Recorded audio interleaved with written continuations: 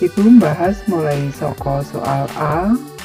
Wangsulana pitakon-pitakon ngisor iki kanthi milih siji wangsulan sing paling bener. Soal nomor 1, aksara Jawa iku cacahe ana. Aksara Jawa iku ana ha, na, ca, ra, ka, da, ta, sa, wala, pada, jaya, nya, ma, ga, ba, ta, nga. Cacahe ana 20. Jadi pilihan jawaban sing bener yaiku pilihan jawaban D, 20. Soal nomor 2. Sandangan ing aksara Jawa dikelompokake dadi sandangan aksara Jawa iku dikelompokake dadi 3 yaiku iki Ibu jelasake dhisik. Ana sandangan swara, sandangan swara, sing kesiji, sing keloro sandangan panyikek wanda, sandangan panyikek wanda,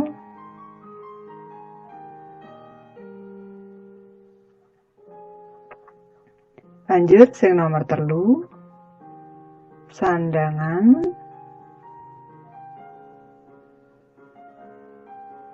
wianjana. Sandangan wianjana. Dadi cacahe ana 3. Dadi pilihan jawaban sing bener, pilihan jawaban A. Soal nomor 3, wulu yaiku sandangan kanggo swara. Wulu iku wujude ngene iki. Iki wulu iku sandangan kanggo swara I. Jadi pilihan jawaban sing bener, pilihan jawaban A. Soal nomor 4, tembung metu iku yen ditulis nganggo aksara Jawa migunakake sandangan swara. Iki Ibu tulis dhisik ing aksara Jawa. Metu iki ma. Banjur diwenehi pepet dadi ma. Banjur iki to. Diwenehi suku dadi tu. Metu. Dadi sandangan swara sing dienggo yaiku pepet lan suku. Pepet lan suku. Dadi pilihan jawaban sing bener, pilihan jawaban B. Soal nomor 5, layar yaiku sandangan sigeg gantine aksara sigeg. Iki wujude layar. Iki wujude layar iku aksara sigeg swara R. Dadi pilihan jawaban sing bener, pilihan jawaban C. Soal nomor 6, wedang kopi yen ditulis nganggo aksara Jawa. Iki W, iki berarti nggak nganggo E, iki nganggo taling. Wedang kopi sing nganggo taling. Iki W, iki do diwenehi cecak dadi wedang. Iki ko diwenehi taling tarung kopi. Wedang kopi. Dadi pilihan jawaban sing bener, pilihan jawaban C. Soal nomor 7, ojo mrono. Iki mo diwenehi caka dadi mro, diwenehi taling tarung dadi mro. Iki no diwenehi taling tarung dadi no. Ojo mrono. Tulisane aja mrono. Yen ditulis nganggo aksara Latin, tulisane aja mrono. Pilihan jawaban sing bener, pilihan jawaban C. Tulisane aja mrono, macane aja mrono. Soal nomor 8, yen ditulis aksara Jawa permen isis. Iki per berarti nganggo pepet, men berarti iki nganggo taling. Sing nganggo pepet per iki po diwenehi pepet dadi per, mo diwenehi taling permen, amarga none iki aksara sigek, hone iki pasangan, banjur diwenehi wulu. Permen isis. Sone ning mburi dhewe iki aksara sigek dipangku. Dadi pilihan jawaban sing bener pilihan jawaban C. Soal nomor 9 iki aksara Jawane Ibu wacake dhisik. Iki mo diwenehi wulu dadi mi, bo diwenehi pepet dadi be, diwenehi layar dadi miber. Iki ngo, banjur iki lo diwenehi taring tarung dadi ngalo, diwenehi layar dadi ngalor. Yen ditulis nganggo aksara Jawa, iki mesine dudu aksara Jawa nanging aksara Latin. Amarga aksara Jawane wis diwaca Ibu iki. Yen ditulis nganggo aksara Latin miber ngalor, pilihan jawaban sing bener pilihan jawaban A. Soal nomor 10 iki Ibu wacake dhisik aksara Jawane. Po diwenehi wulu dadi pi, ro diwenehi wulu dadi ri, diwenehi cecak dadi ring. Piring, po diwenehi pepet dadi pe, co diwenehi wignan dadi cah. Tulisane piring pecah, macane piring pecah. Yen ditulis nganggo aksara Jawa iki mestine soale aksara Latin. Amarga aksara Jawane sing wis Ibu waca iki. Iki aksara Latine piring pecah, macane piring pecah. Pilihan jawaban sing bener pilihan jawaban A. Ibu terusake mbahas soal B. Wangsulana pitakon ngisor iki kanthi patitis. Nomor 1, tulisna wujude sandangan swara nganggo aksara Jawa. Sandangan swara cacahe ana 5 yaiku wulu. Iki wujude ing aksara Jawa wulu, manggone ing dhuwur iki wujude wulu. Unine I.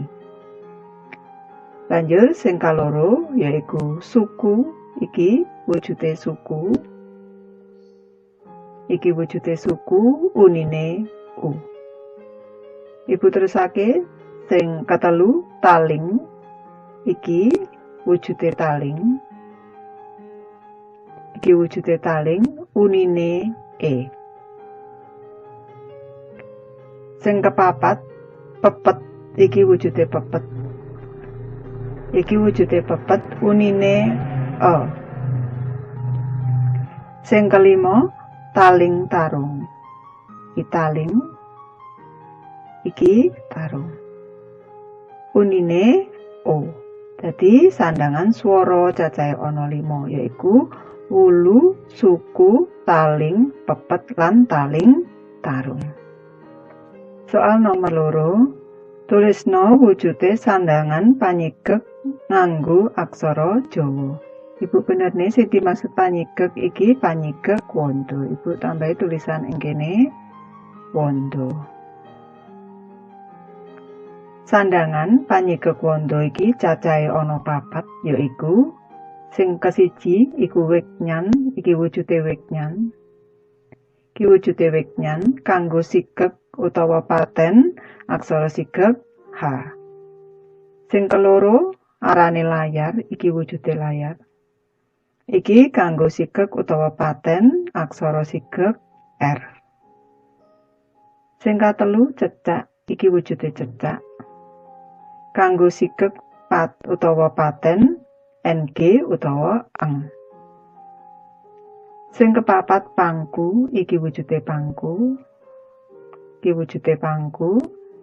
Saliyane sigek H, R lan eng manawa dadi sigek utawa huruf mati ing pungkasan aksarane dipangku. Dadi sandangan panyigek wanda ana 4 yaiku wignan, layar, cecak lan pangku.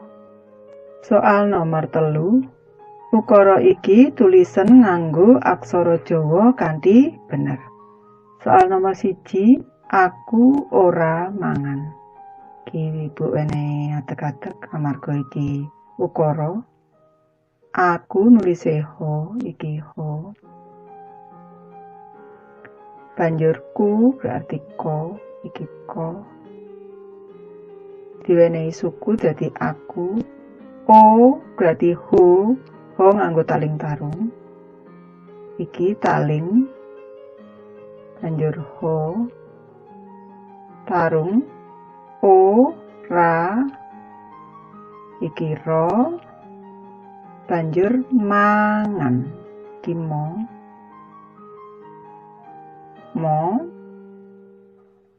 Banjur ngo. Iki ngo. Banjur no. Iki no. Amarga no iki aksara sigek utawa huruf mati ing mburi dhewe dipanggone. Soal nomor 4 iki Bu wenehi padha pingsa. Soal nomor 4. Ukara iki tulisan nganggo aksara Jawa kanthi bener. Uler megal megol. Iki Bu tulis teka-teki dhisik. Uler nulise hu. Iki ho diwenehi suku dadi hu. Banjur lo iku ora pareng nganggo lo diwenehi pepet nanging nganggo ngo lelet iki ngo lelet. Banjur diwenehi layar dadi uler. Banjur megal iki me berarti nganggo taling. Iki mo. Megal berarti nganggo go. Iki go banjur lo. Iki lo. Amarga iki lone aksara sigek mone iki kudu pasangan. Iki pasangan mo. Iki mo ben dadi me talingan ing kene. Me gol. Go iki nganggo taling tarung, iki talinge. Banjur go. Banjur tarung. Iki lo. Aksara lo iki amarga aksara sigek utawa huruf mati ing mburi dhewe dipangku. Soal nomor 5. Ukara aksara Jawa ngisor iki gantinan aksara Latin. Iki go nganggo taling tarung berarti go. Iki do nganggo taling tarung berarti do. Diwenehi cecak dadi godhong. Ibu tulisake ing kene godhong. Godhong. Iki go ro diwenehi wulu banjur cecak godhong garing. Godhong garing. Ho diwenehi wulu diwenehi cecak ing. Godhong garing ing. Iki po. Go diwenehi pepet. Ge diwenehi layar. Ker. Pager. Dadi macane godhong garing ing pager. Ibu wis cukup anggone bahas materi iki. Muga-muga apa sing wis dibahas Ibu bisa mbiyantu anggone bocah-bocah padha sinau. Matur nuwun.